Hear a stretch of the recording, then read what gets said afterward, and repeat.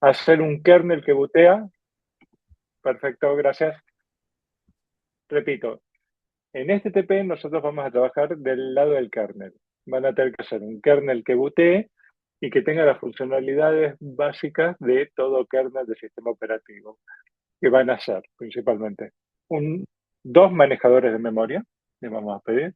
Le vamos a pedir un value allocator y otro más. Le vamos a pedir un scheduler, que es el administrador de procesos que va asignando los slots de procesador a cada uno de los procesos y que además maneje prioridades, con lo cual procesos con más prioridad tienen que correr antes que los que tienen menos prioridad, pero por otro lado, los procesos de alta prioridad no tienen que impedirle a los procesos de menos prioridad correr, no se tienen que monopolizar el procesador. ¿Sí? Y también vamos a implementar primitivas de sincronización para que distintos procesos puedan manejarse, así como acá las utilizaron del lado de user space para bloquear secciones críticas, van a tener que implementar del lado del kernel toda la parte para generar esas primitivas de sincronización. Obviamente también, como acá siempre estoy diciendo que es para sincronizar procesos, para asignar el slot en que corren los procesos, también van a tener que hacer toda la parte del ciclo de vida de los procesos, que van a tener que poder crear procesos y destruir procesos, correr procesos y poderlos adornar. Eso es del lado de lo que está dentro del kernel, creo que no me olvido nada. Si me olvido, chicos, háganme acordar. Y después van a tener que implementar el user space, que en el user space van a tener que crear una shell en la cual uno le pueda tipear procesos y correr. Van a tener que poder crear pipelines, perdón, me olvidé, ahí estaba la otra que me olvidaba. Van a tener que crear y hacer una implementación de pipes. Así los procesos pueden manejar pipelines. ¿Sí? Van a tener que poder correr procesos en foreground y en background. Y finalmente va a haber toda una serie de test y programas de prueba que nosotros le vamos a pedir que hagan para verificar que todo funciona. ¿Sí? Es un TP que es largo, es extenso y fíjense que no estamos a 15 de abril y ya lo estamos dando y el cuatrimestre termina el 30 de junio, o sea, tienen 2 meses y medio para hacerlo y estos 2 meses y medio están por un motivo. ¿Sí? Son muchas cosas que hay que hacer y, y por eso es que le damos tanto tiempo. Nos pasa siempre que en los que no llegan a entregarlo, uno lo mira y el primer commit es del 20 de mayo. ¿Sí? Y si te dejaste estar un mes, no vas a llegar. Eh, Así que bueno, esos son los puntos más importantes y ahora los dejo para que les expliquen un poquito más en detalle de cómo es, qué imagen bajar y todo ese tipo de cosas. ¿Qué tal, Guido? ¿Cómo estás? Buenas, buenas. Aprovecho, Fer, para tomar tu mensaje y esto sobre todo es importante. Todos los cuatrimestres repetimos lo mismo, que no está de más hacerlo. El TP1, si como se habrán dado cuenta, es bastante simple. Simple me refiero a, se puede hacer en un par de días de laburo. Eh, en cambio, el TP2 no es tan simple, más allá de que ahora tienen varios LLMs para que los ayuden. Van a tener que, van a encontrar varios problemas y sobre todo creo también tienen menos herramientas de debugging que como las que tienen para el primer TP. Así que por eso de nuevo el mensaje de lo estamos dando con anticipación para que puedan tomarse su tiempo para poder hacerlo de la mejor manera. Sí. Sí, dos notitas relacionadas con lo que dijo Guido, sobre todo con la parte de herramientas de debugging, es lean la guía de building, porque muchas veces pasa con que dicen, que hay, pasa y tal error, que qué sé yo, y les digo, ¿viste la guía de building? Porque están los flags que dicen cómo arreglarlo. ¿No lo vieron? Sí, sí. Así que, y el otro es, revisen el foro, porque los errores, hay una serie de errores, no un montón, pero 2, 3, 4 errores que son característicos, aparecen todos los cuatrimestres, Si los buscan en el foro, los van a encontrar. Y se van a ahorrar un montón de tiempo de laburo, que como venimos diciendo todo, es el recurso más escaso que tienen. Entonces, hay veces que la solución ya la tienen, ¿sí? Pero hay que buscarla. ¿Sí? Cuando se encuentra con algún error así que dice, che, que no lo puedo correr, que, ¿sí? Que hay un problema de alineamiento, busca en el foro y lee la guía de building, que casi todas esas cosas ya están cubiertas. ¿Sí? Dicho eso, deseo la posta. Buenísimo. Bien. Comparto pantalla. ¿Mm?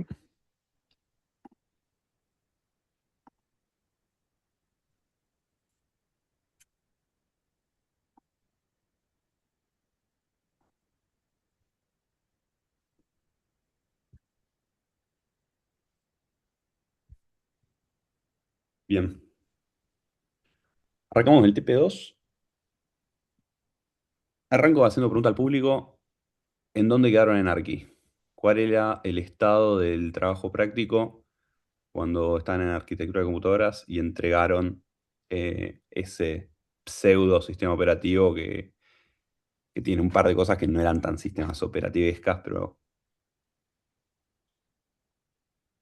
¿qué podía hacer ese sistema que armaron en Arqui? Para que estemos todos en la misma página.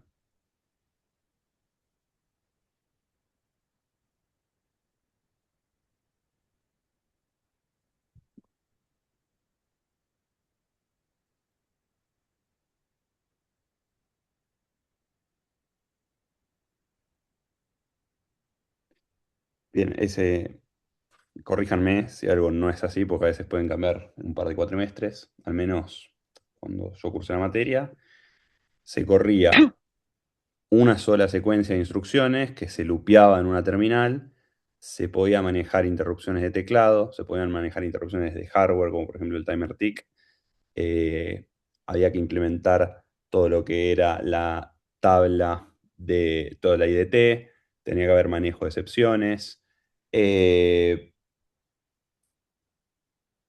En principio, nosotros vamos a construir sobre eso. Hay muchas cosas de ese trabajo práctico que se piden en la materia de arquitectura de computadoras que nosotros no las pedimos. En particular, una cosa que se usa mucho es el modo gráfico en Arqui. Nosotros no lo pedimos, así que con un modo texto básico estaría correcto. Lo que sí pedimos es que el binario inicial esté, esté medianamente funcional. Así que si en Arqui aprobaron con lo mínimo indispensable y necesitasen hacer un fork de un repo que saben que funciona y trabajar a partir de ahí, nosotros no tenemos problema con eso. De hecho, si conociesen algún otro grupo, un compañero que sepan que le fue bien y que tienen bien el código, y quieren construir sobre eso, está bien. Lo que vamos a mirar nosotros es que en la entrega de sistemas operativos, el trabajo de sistemas operativos sea construido totalmente por ustedes y eso se puede ver a partir de los commits de Git y el Git log.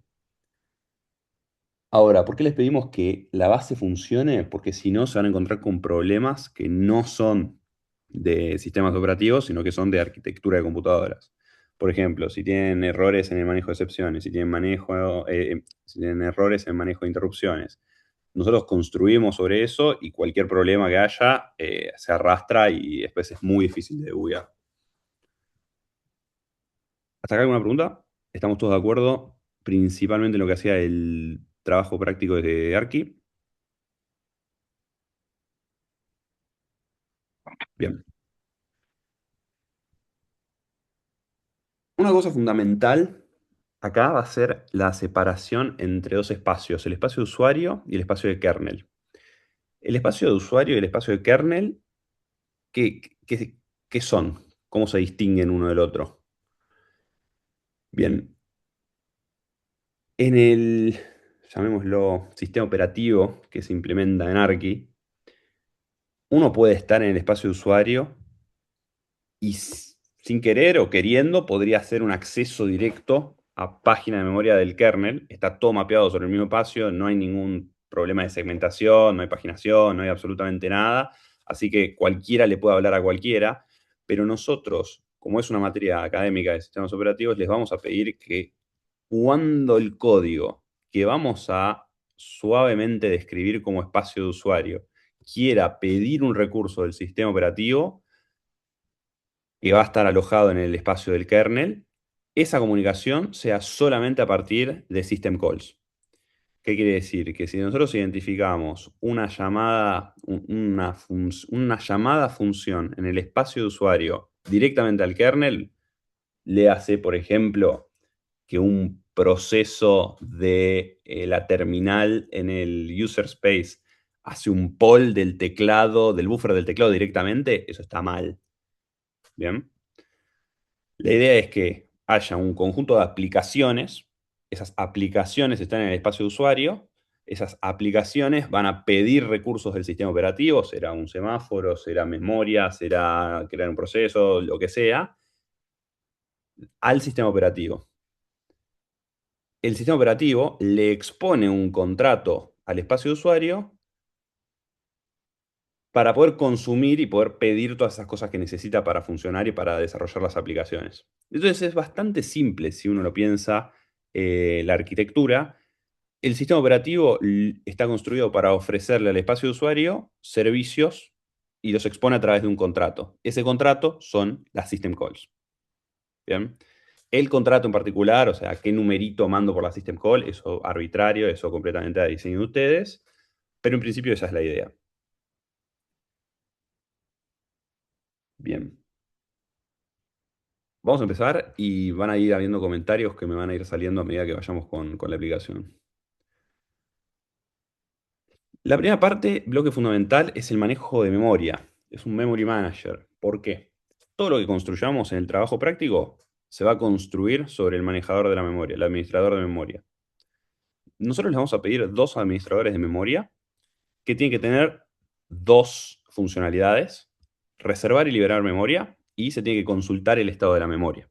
Vamos a ver que hay diferentes tipos de manejadores de memoria. No sé si algo ya vieron con Ariel, pero a veces para manejar cierta cantidad de memoria necesito un overhead adicional de memoria. Bueno, todo eso yo lo tengo que poder chequear a partir de alguna aplicación del espacio de usuario. Ahora, ¿por qué es tan fundamental tener esta parte bien? Voy a decir dos cosas que no van a terminar ocurriendo al mismo tiempo. Bien y rápidamente. Rápidamente es como va a empezar esto. Van a tener que desarrollar un administrador de memoria lo más rápido posible porque cualquier otra funcionalidad del trabajo va a depender de que puedan administrar memoria. Por ejemplo, cuando crean un proceso, ese proceso va a tener un stack asociado. Ese stack es ni más ni menos que un cacho de memoria que el sistema operativo le asigna a ese proceso para que pueda crecer y decrecer libremente. Asimismo, van a haber otras instancias que nos vamos a ir encontrando donde siempre tenemos que estar pidiendo memoria constantemente, sea ya en el espacio del kernel o en el espacio de usuario. Si ustedes no tienen un administrador de memoria implementado desde el día 1, se van a dar cuenta de que no pueden avanzar con el TP, porque todo depende de esto. Entonces, eso es rápidamente, que no necesariamente quiere decir bien, pero vamos a hacer una metodología un poco de bootstrapping, ¿no? Donde primero arrancamos, hacemos un memory manager que funcione, que tenga lo mínimo indispensable. Después podemos desbloquearnos con el resto del trabajo práctico, y cuando eso se desbloquea podemos volver al manejador de memoria e intentar mejorarlo. Si sobra tiempo después de la clase de hoy, podemos ver un poquito cómo se implementaría.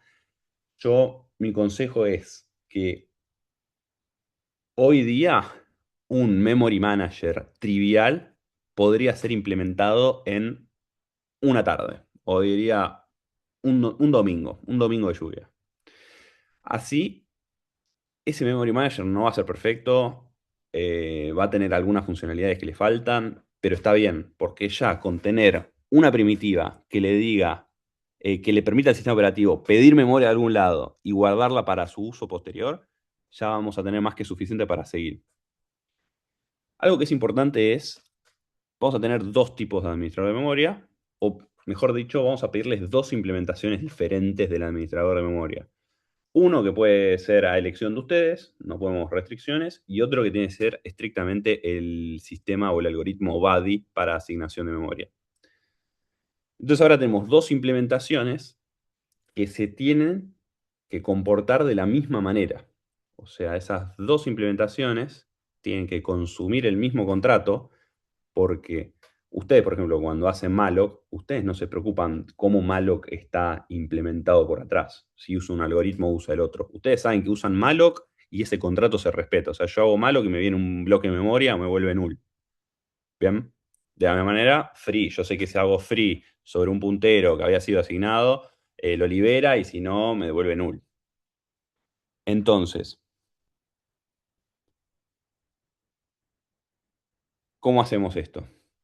Tenemos dos implementaciones, vamos a tener un solo contrato y depende de con qué compile el sistema operativo, se va a usar un administrador o el otro. He visto cosas muy feas como cada vez que están llamando a malloc o a memmalloc o como lo quieran llamar, hacen un if y chequean algún valor global. Entonces, en cada una de las llamadas a malloc están chequeando si uno o el otro. Eso está mal, eso está horrible. La idea es que el contrato sea el mismo. También he visto casos en los que hay dos .h, uno que es buddy memory manager.h y otro que es, no sé, linked list memory manager.h. Y eso está mal, si hacen lo mismo, deberían exponer la misma funcionalidad a través del mismo .h. Y después nosotros, tras bambalinas, elegimos uno o el otro. Eso es todo para Memory Manager.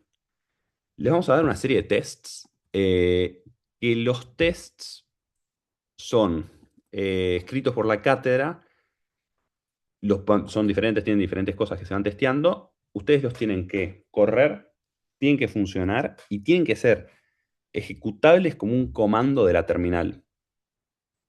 Este test, por lo general, son rutinas que están escritas como si fueran aplicaciones eh, que consumen esta system calls o estas funcionalidades que ustedes están implementando.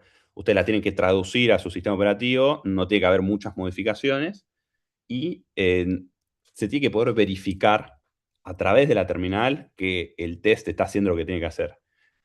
Muchas veces lo que yo veo es que estos tests por ahí están andando, pero me tengo que poner yo a meterle logs o a meterle algún print o algo al código, después volverlo a compilar para después volver a ver que funcione. Entonces, lo ideal sería que yo corra un comando testmm que automáticamente en la salida estándar me muestre paso a paso qué es lo que está ocurriendo y que verdaderamente funciona el administrador de memoria. Eso es todo de Memory Manager. Después podemos discutir algún detalle de implementación. A nivel consigna, ¿alguna pregunta?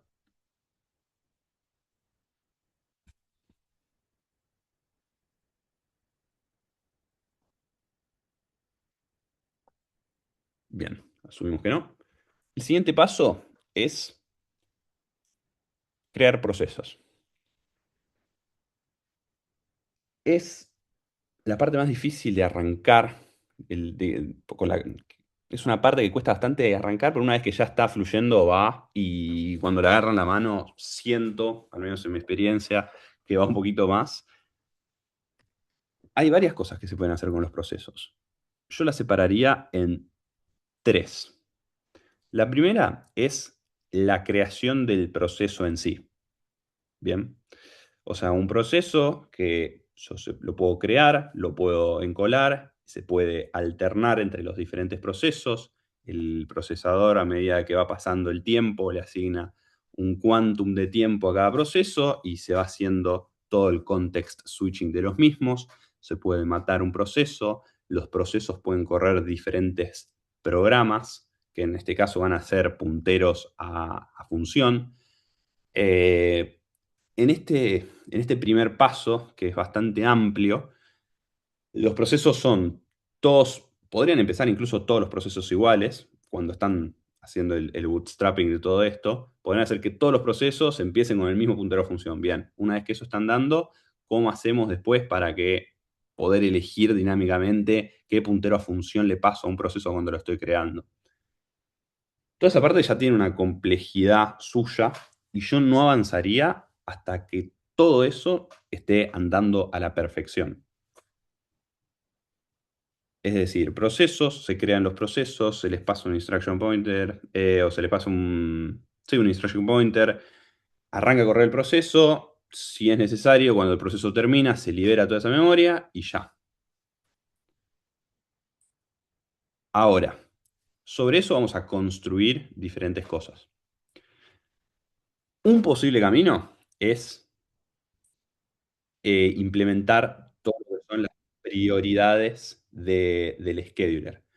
Los procesos no van a ser todos iguales, sino que algunos procesos van a tener más prioridad que otros. En una pasada, la CPU le va a dar, o el scheduler, mejor dicho, le va a dar más tiempo de CPU a un proceso o a otro. Entonces yo puedo tener un proceso que arbitrariamente hace algo, le doy una prioridad muy alta, y otro proceso que hace otra cosa con una prioridad muy baja. La idea es que en una muestra de tiempo haya más tiempo del primer proceso corriendo que del segundo. Algoritmos de scheduling con prioridades hay muchísimos. Nosotros les vamos a pedir un round robin simple. Lo vamos a discutir en su momento. Mi recomendación es que no se la compliquen con el algoritmo de scheduling. Hay maneras simples de cumplir con la consigna. Y entiendo que a veces cuando están haciendo el TP se tientan y dicen, bueno, voy a hacer esta manera de hacer prioridades o esta otra. Vayan consultándonos, vengan a las consultas, porque hay maneras que nosotros ya sabemos que funcionan bien y preferimos que ande perfecto con un algoritmo simple que ande mal con un algoritmo complejo. O sea, no los vamos a aplaudir por un algoritmo complejo que no anda, pero sí los vamos a aplaudir por un algoritmo simple que anda perfecto. Bien. Después hay otro camino, que es el que hay que hacer, que es pasar todo lo que hicieron en Arqui a procesos. Cada uno de los procesos, cada una de las cosas que suceden ustedes en Arqui estaba corriendo en un único bucle, digamos, pero era lo que nosotros en Linux llamamos un built-in. Es parte de la terminal, o sea, es una funcionalidad que viene en la terminal, está hardcodeada, es una función de la shell. Entonces, la idea es que se migre todo a un proceso y que cuando yo corra un determinado comando en la terminal, se crea un proceso que se ejecuta, termina y devuelve. Asimismo, la propia terminal es un proceso. Entonces, en el estado final del trabajo práctico, absolutamente todo lo que está ejecutando CPU está formateado como un proceso. Bien, la shell es un proceso, cualquier comando que se corra es un proceso. Vamos a tener procesos que crean procesos. Bien. El siguiente camino en todo esto de los procesos es este pasito acá de bloquear y desbloquear un proceso arbitrario. Esto es otra funcionalidad que se le agrega al scheduler, que es, bueno, aparentemente ahora todos los procesos pueden, a demanda, dejar de ser ejecutados, se reservan un costado y no consumen CPU. Esto es muy importante, porque hay que hacer una diferencia sobre estar consumiendo CPU y no hacer absolutamente nada, y que se pase mi quantum de tiempo y simplemente elijo no hacer nada, que ni siquiera tener un quantum de tiempo asignado. Esa diferencia es la que les venimos empujando desde el TP1 y es lo que hace que el sistema sea o no eficiente. Supongamos que tenemos 20 procesos corriendo, de los cuales 18 están bloqueados, entre comillas, y lo único que hacen es dejan el quantum pasar. Eso quiere decir que de 20 quantums de tiempo, asumiendo que todos tienen la misma prioridad de un quantum, de 20 quantums de tiempo, 18 de esos quantums no está pasando nada, no hay progresión en el sistema. y solo en los dos quantums de procesos no bloqueados ocurre algo. Esa implementación es incorrecta. Si yo tengo 18 procesos bloqueados, dos procesos no bloqueados, yo debería estar constantemente ejecutando quantums de tiempo solamente para los dos procesos que no están bloqueados.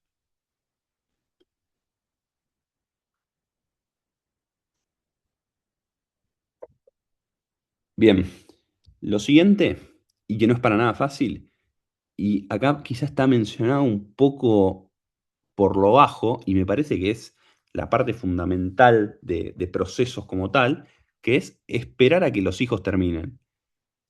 Está puesto muy por lo bajo, pero realmente lo que está ocurriendo acá, esta última, lo voy a resaltar, este último bullet lo que les está diciendo es, un proceso tiene que ser capaz de crear otro proceso y taguearlo como su hijo.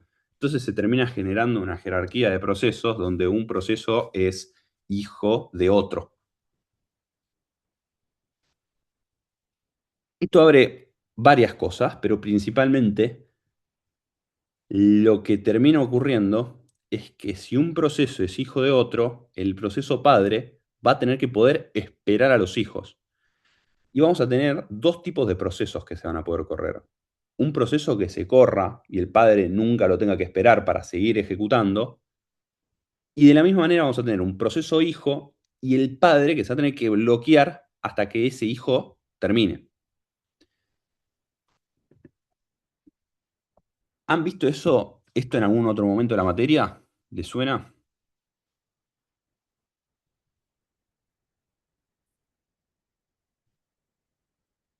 Cuando, por ejemplo, lo es- cuando un proceso es esperado por el padre y cuando un proceso no es esperado por el padre.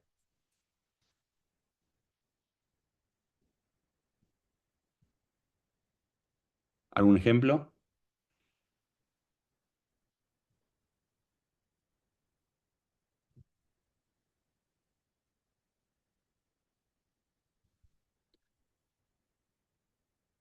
Supongamos que tengo una rutina que tarda mucho, tengo un proceso que tarda mucho, porque tarda 40 segundos, pero yo sé que cuando termina, termina. ¿Qué puedo hacer en la terminal para correr ese comando, ese proceso, y yo seguir haciendo otras cosas mientras tanto? Lo corres en background con el ampersand. Perfecto, no sé quién habló, pero es tal cual. Y así vamos a ver que hay una relación entre implementar procesos foreground y procesos background con esta lógica de hijo, padre y esperar al hijo siendo el padre. La shell lo que termina haciendo es esperar o no al proceso que acaba de crear una vez que lo instancia. Entonces, un proceso que se corre en foreground es un proceso que no le devuelve el espacio a la shell porque la shell está bloqueada esperando a que ese proceso termine la ejecución. En cambio, cuando yo corro un proceso en background, lo que termina pasando es que la shell crea el proceso y nunca lo espera. La shell sigue haciendo lo suyo y el otro proceso queda corriendo. Ustedes van a tener que, para implementar, entre otras cosas, foreground y background en la terminal, que ya lo vamos a ver en un par de secciones, van a tener que implementar el sistema de esperas. Ahora, para implementar el sistema de esperas, van a tener que implementar el bloqueo y desbloqueo de procesos. Porque en particular estar bloqueado esperando que un hijo termine es un sabor particular de estar bloqueado. Más o menos traté de estructurarles un poco esta sección, que es bastante amplia, pero para que vean por dónde tienen que empezar y cómo tienen que construir para que tenga sentido. Para que tenga sentido y para que sea fácil de implementar, porque si no, muchas veces están los tres trabajando en la misma base de código, uno se pone a hacer la parte de prioridades, el otro se pone a hacer la parte de context switching y nunca anda nada y se traban y cuesta y es estresante cuando no sale. Así que mi consejo es paso a paso y vayan construyendo y hagan el diagramita de dependencias de qué cosa depende de qué otra cosa antes de empezar a codear. Vamos con la siguiente parte. Sincronización y voy a decir Interprocess Communication todo junto. Vamos a tener varios procesos, pero por ahora no definimos que un proceso pueda comunicarse con otro de ninguna manera. Bien. A lo sumo, lo que se podría hacer es algún tipo de comunicación haciendo wait a un hijo, entonces obtengo su valor de retorno. Esa es la única manera que hasta ahora hubiésemos tenido de hacer que dos procesos hablen entre sí. Pero ahora nosotros queremos real interprocess communication y real sincronización. Vamos a hablar de sincronización. Sincronización, vamos a tener recursos compartidos, ¿bien? Y nosotros para poder acceder a esos recursos compartidos, de la misma manera que hicieron en el TP1, vamos a tener que tener semáforos. Claro, pero ahora en el sistema operativo no hay semáforos, no hay una API de semáforos, tenemos que ir y construirla. No hay mucho más que esto para la presentación de la consigna, hay una clase entera dedicada a sincronización. Es garantizar la atomicidad de entrar en una zona crítica. Y esto vamos a ver un par de algoritmos y lo van a tener que implementar. Para la parte de Interprocess Communication, les vamos a pedir crear, hacer que dos procesos arbitrarios se puedan hablar a través de pipes. ¿Qué quiere decir? En la shell vamos a tener el símbolo de pipe, vamos a tener procesos que leen de una entrada estándar, procesos que escupen una salida estándar, y arbitrariamente, para cualquier proceso que lee entrada estándar, tiene que también poder leer de la salida estándar de otro proceso, y al revés, ¿no? O sea, cualquier proceso que escupa por salida estándar tiene que poder ser la entrada de otro proceso que lee de entrada estándar. Eso lo que nos lleva es a implementar un muy primitivo sistema de file descriptors, donde un proceso nativamente va a tener uno o dos file descriptors para entrada y salida estándar, pero a su vez puede haber redirecciones de estos y la shell, al crear esos procesos, va a ser el encargado de hacer el ruteo y decir, bueno, acá hay un pipe, detecto que hay un pipe, entonces para este proceso en particular que acabo de crear, necesito alterar su tabla de file descriptors para que este escriba acá o este lea acá y así.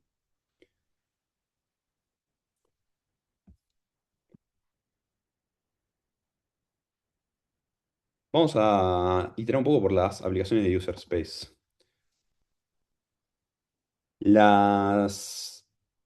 Nosotros principalmente corregimos consumiendo las aplicaciones que ustedes escriben, porque es muy fácil de ver si el sistema anda o no. Y después, si la situación lo amerita, hacemos un deep dive y por ahí nos tiramos algún log si algo no termina de ser claro. Las aplicaciones de user space demuestran el funcionamiento de su sistema. Es decir, si hay algo que ustedes hicieron que está bueno y no lo pueden demostrar con una aplicación de user space, para nosotros no existe o es muy difícil de demostrar. Supongamos que deciden implementar algún sistema súper elaborado de scheduling o algún sistema súper elaborado de manejo de file descriptors, pero no lo muestran en ningún momento. Simplemente dicen existe. Está bien, nosotros podemos ir, podemos leer el código, podemos ver que más o menos tenga sentido, podemos ver que está siendo utilizado. No podemos ver el valor a través de las aplicaciones de user space, a menos que haya una aplicación de user space que lo valide. Vamos con un caso sencillo, digan, imagínense que implementaron toda una lógica para poder imprimir en diferentes colores. Algo simple. Y terminan escribiendo todo en blanco. Y después vienen a nosotros y nos dicen, sí, sí, pero nuestro sistema operativo permite imprimir en colores. Bueno, pero no lo demostraste. No lo mostraste y aunque yo vaya al código y vea que parece que el código está bien, que lo queremos ver andar.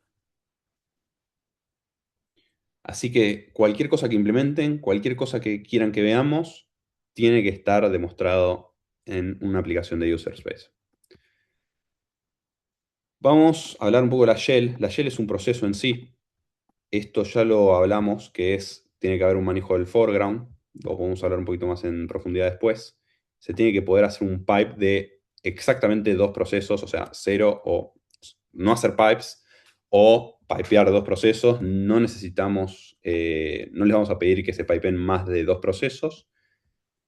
Esto es interesante y nunca lo hacen, o al menos en mi experiencia nunca lo hacen, que se tiene que poder proveer soporte para enviar el end of file y para matar al proceso que está en foreground. ¿Cuál es la diferencia? Supongamos que estoy corriendo el proceso cat, que escribe por salida estándar lo que yo escribo por entrada estándar. ¿Cuál es la diferencia entre control D y control C?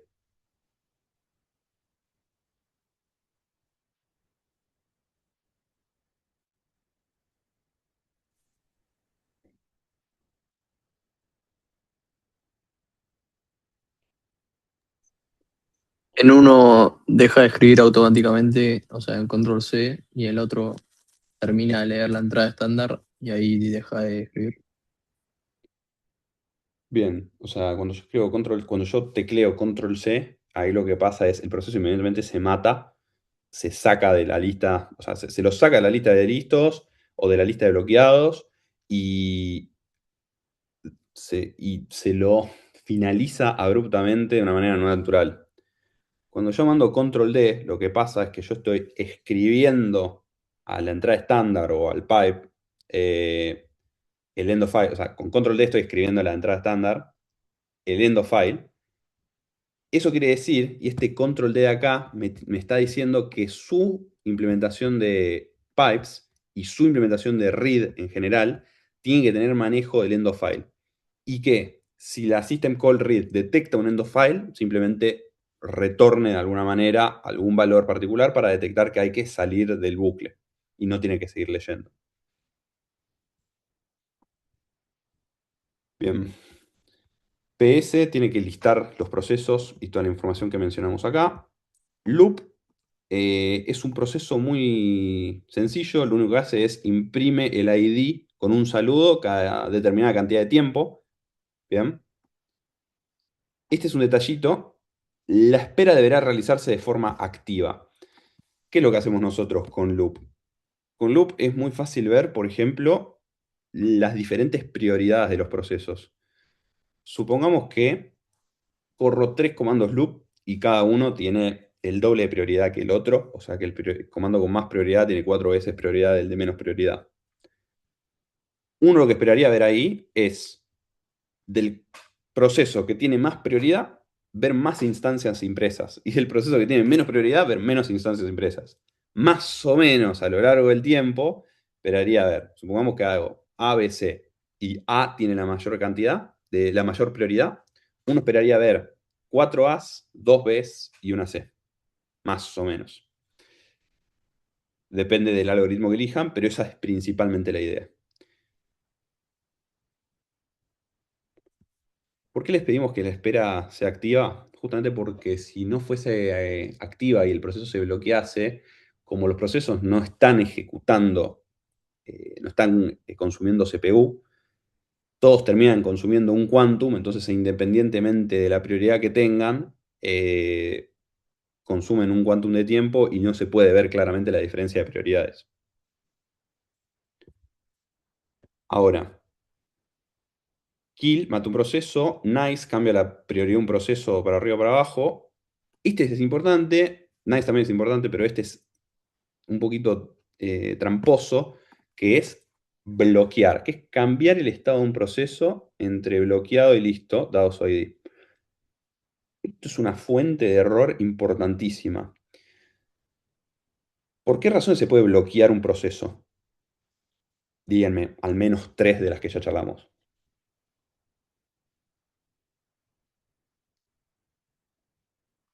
O le salgan, no hace falta que lo vayamos charlando.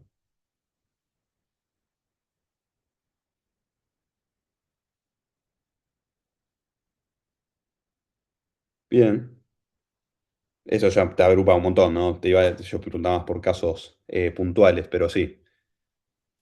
Pero ahí un poco va por ahí, ¿no? System calls bloqueantes y tenés más de una razón para estar bloqueado, ¿no? O sea, yo puedo estar bloqueado porque me puse a leer de la entrada estándar y estoy esperando que me manden datos para no consumir CPU, yo me bloqueo. Ahora, cuando yo me bloqueo por el comando block, es otra razón separada a estar bloqueado por leer de la entrada estándar. Entonces, no solo estoy bloqueado por este motivo en particular. Entonces, lo que termina ocurriendo es que para ustedes estar bloqueado es un estado absoluto donde estás bloqueado o no estás bloqueado, y terminan haciendo cosas como un proceso que está bloqueado por leer de entrada estándar, lo puedo desbloquear con el comando block de la terminal. Y eso es un error. La idea es que si el comando block de la shell bloquea a un proceso, esto lo pueden tener un par de casos, tipo lo pueden manejar ustedes como quieran, pero principalmente bloquea un proceso que está en estado listo o corriendo. Si un proceso ya está bloqueado, block no lo desbloquea, a menos que haya sido bloqueado por el comando block. ¿Por qué se puede hacer esto? ¿O por qué les pedimos esto? No les pedimos estrictamente esto, pero sí les pedimos que no se puedan hacer cosas desprolijas como un proceso que está esperando un semáforo y yo le hago unblock y dejo que progrese en un estado inconsistente. Supongamos que tengo dos procesos que se están peleando por entrar en una zona crítica y entonces hay un semáforo y un proceso se bloquea esperando por el semáforo antes que el otro le haga un post. Y yo voy desde la terminal y le hago un unblock. Eso me deja todo el sistema en un estado inconsistente.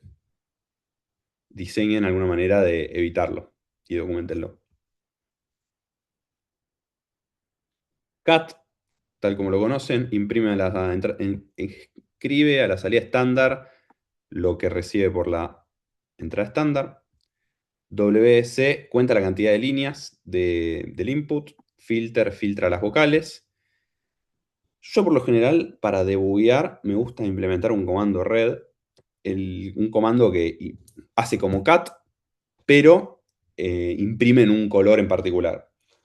Y a veces voy y se los implemento yo en su código, que por lo general no es súper difícil.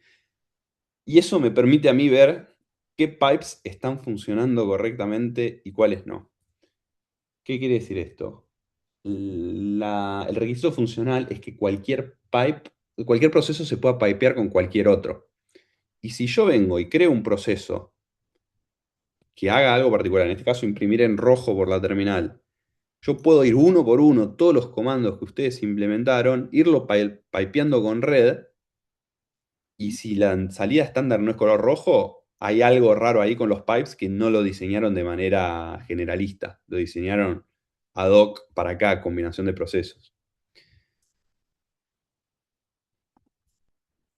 Ahora, también he visto casos donde me pasan una lista exhaustiva de procesos que se pueden pipear entre sí y cualquier otra combinación no va. Eso no es correcto y no se reciben los puntajes por Interprocess Communication en ese caso. Ahora, otra cosa interesante es que yo puedo pipear procesos que no tengan sentido que estén pipeados. Por ejemplo, yo podría, si quiero, pipear un proceso que nunca escribe por salida estándar con un proceso que lee de entrada estándar. Ese caso también se tiene que poder manejar. Hay procesos que uno no esperaría que sean pipeados, como WC con filter o filter con WC. Esas dos permutaciones, las dos deberían andar. No habría una razón por la que no ande. Ahora, vamos con este último comando. mbar. Mbar es un jueguito, si lo quieren pensar.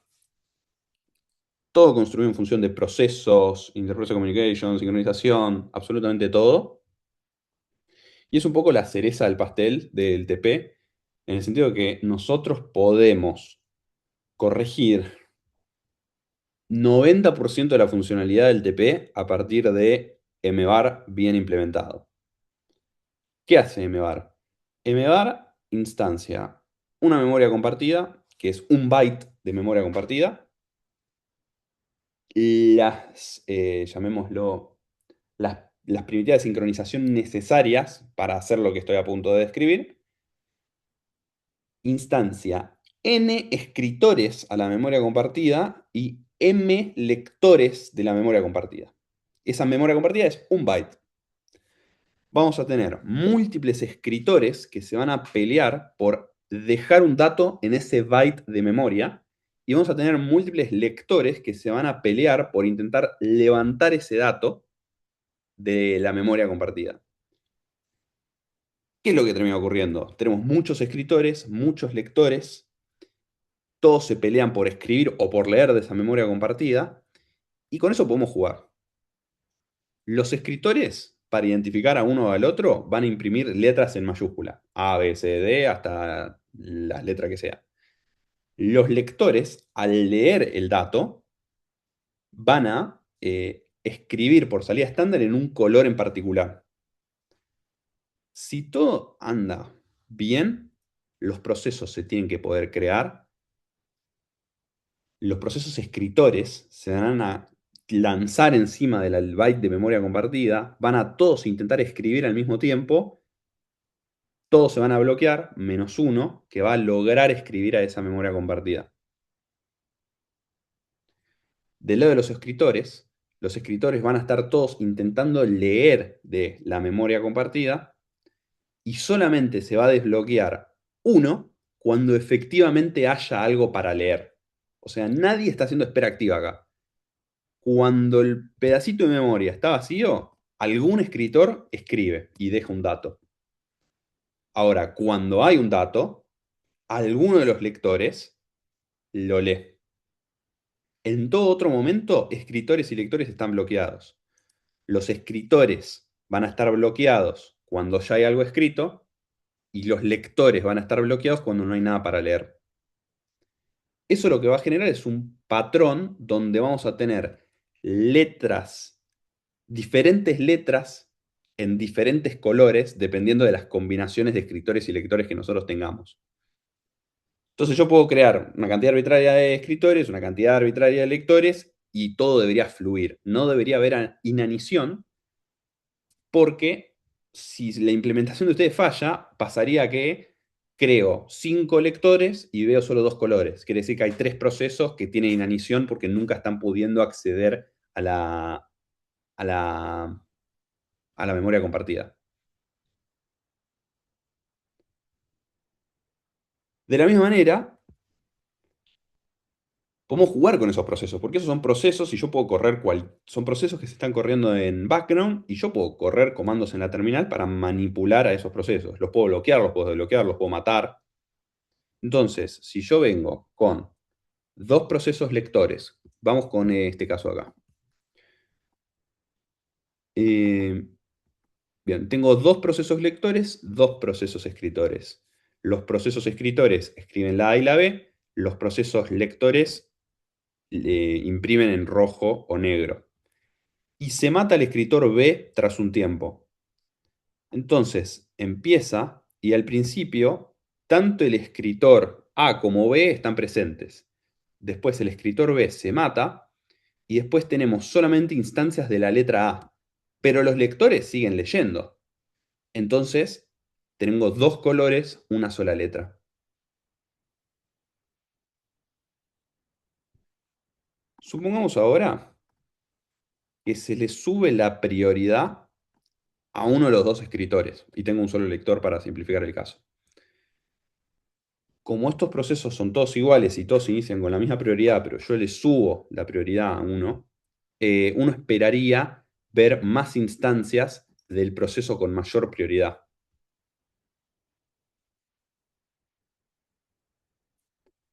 ¿Alguna pregunta de esto?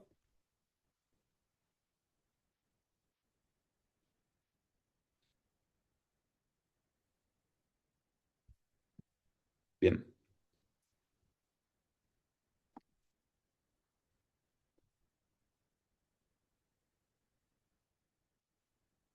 Acá hay un par de cosas que estamos terminando de definir. Estos son los criterios de evaluación, que acá falta definir una asignación de puntos porque falta un punto. entorno de compilación, readme, y ya está.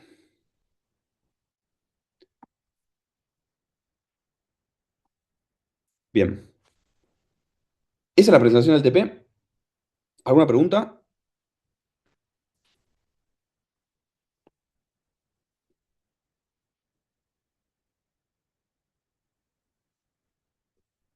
A ver. Bien.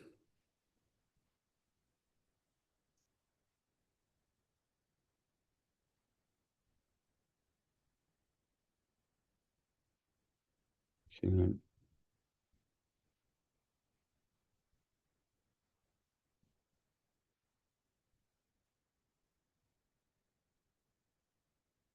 Perfecto. Bien. Si les parece, hacemos un pequeño recreo. Si alguno tiene una pregunta, yo me quedo acá para seguirlo hablando.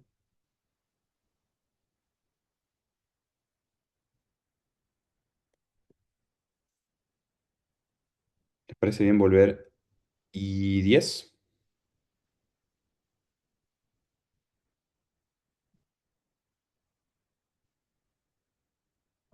Buenísimo.